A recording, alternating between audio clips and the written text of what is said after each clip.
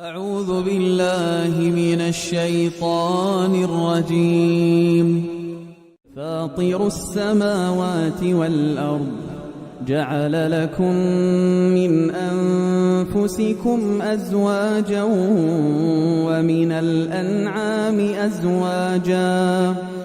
ومن الأنعام أزواجا يذرأكم فيه ليس كمثله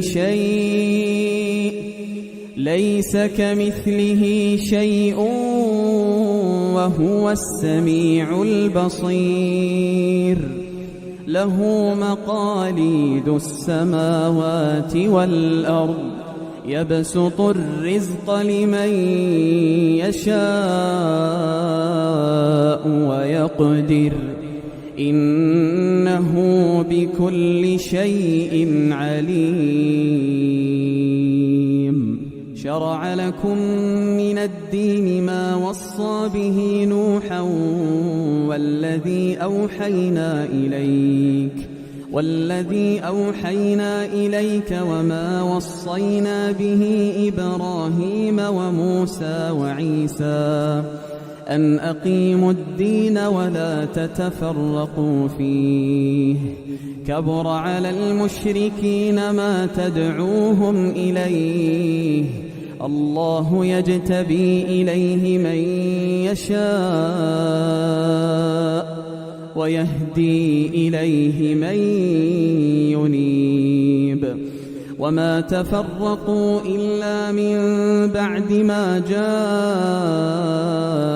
العلم بغيا بينهم ولولا كلمة سبقت من ربك إلى أجل مسمى لقضي بينهم وإن الذين أورثوا الكتاب من بعدهم لفي شك منه مريب. فلذلك فادع واستقم كما أمرت ولا تتبع أهواءهم